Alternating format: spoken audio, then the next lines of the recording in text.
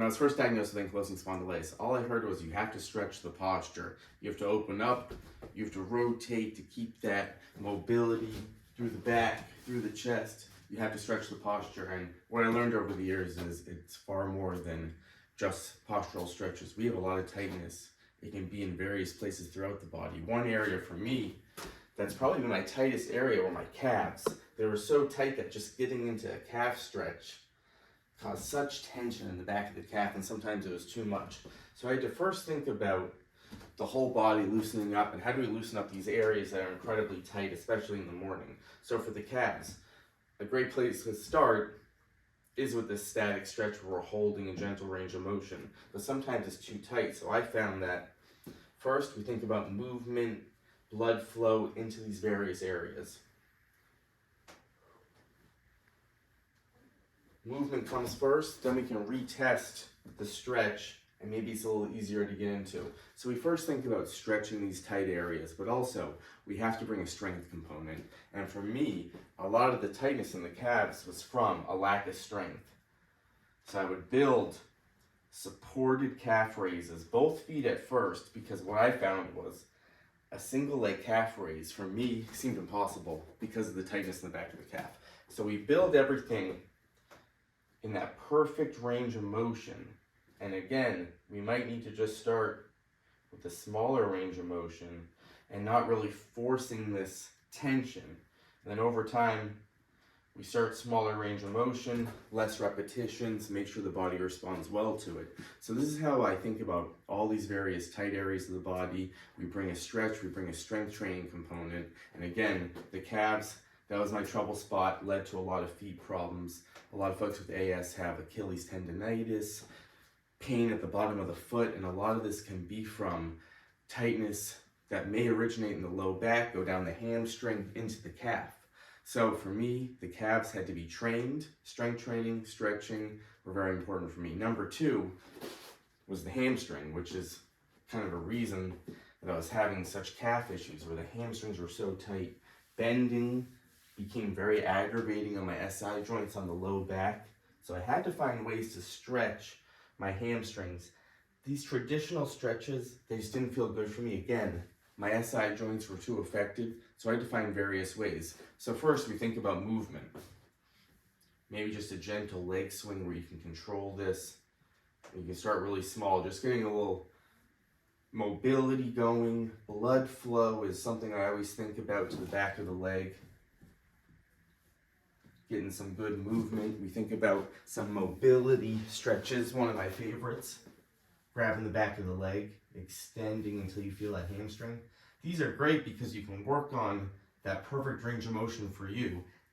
If holding this is too much on the body, if extending too much is too much, then you need to release it a little bit and start with that blood flow before anything.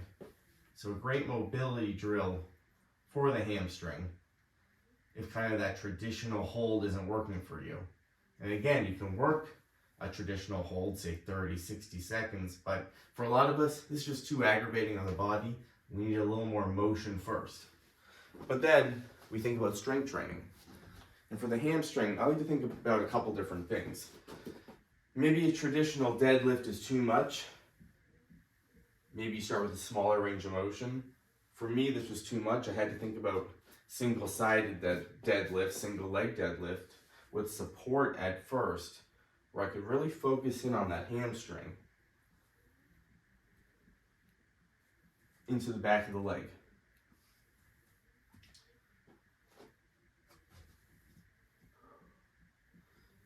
And again, we start with less repetitions, maybe a less range of motion to get that movement down. And for me, my left side's always been tighter. That side's a lot harder. So that's why the single side stuff's really important.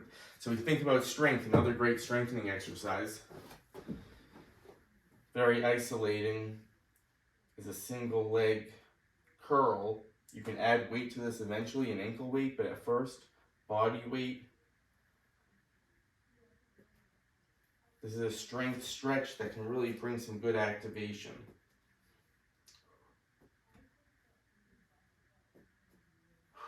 So, a great way to think about strengthening and stretching the hamstrings. We start with the feet, we work our way up, the calves, the hamstrings. My third area today that's been incredibly challenging for me and for a lot of folks with AS is the shoulder stuff. It can be really hard to work the shoulders when we're so stiff and tight in the upper body. So one thing that can be really affected is lifting the arms overhead, maybe the tightness in the lats, maybe the tightness in the shoulders. So first I like to think about stretching the back in a comfortable range of motion. With support, supported downward dog. You can hold this 30 seconds or you can work in and out here to get the arms moving overhead, but to also stretch out the lats. You can go one side at a time here. One side might be tighter than the other, so I always like to check on one-sided stuff. So first we think about stretching the back, getting the arms overhead. You see me using the wall a lot to stretch the back in a supported fashion, get the arms overhead.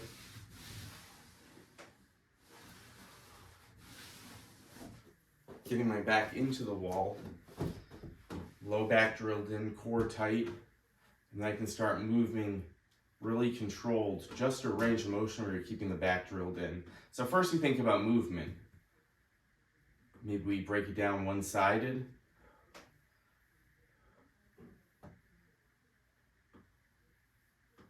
Movement and stretching comes first to try to help us remain flexible overhead. And then we can start thinking about dumbbells, resistance bands, machines. For the shoulders, what I found was I needed a little more joint-friendly approach.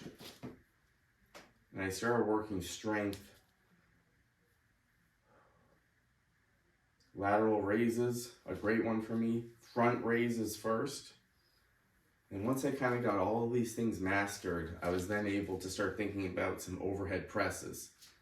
And I use a lot of dumbbells, resistance bands, machines, but bands can be a great place to start. So different ways to think about how we can loosen up all these different areas. It might be different for different areas of the body. Maybe you're dealing with, maybe these areas aren't as tight on you, but you're dealing with maybe the hip flexor, maybe you're dealing with the mid back. So you apply these methods across the body and you try to use strength and stretching, various techniques to get these things going. Let me know in the comments what areas have really affected you that might not be the traditional postural areas. You know, I think most of us deal with those postural areas, but what are some other areas? The calves, the hamstrings. Let me know in the comments. Let me know some of the things that have helped you loosen it up and get it stronger. See you next time.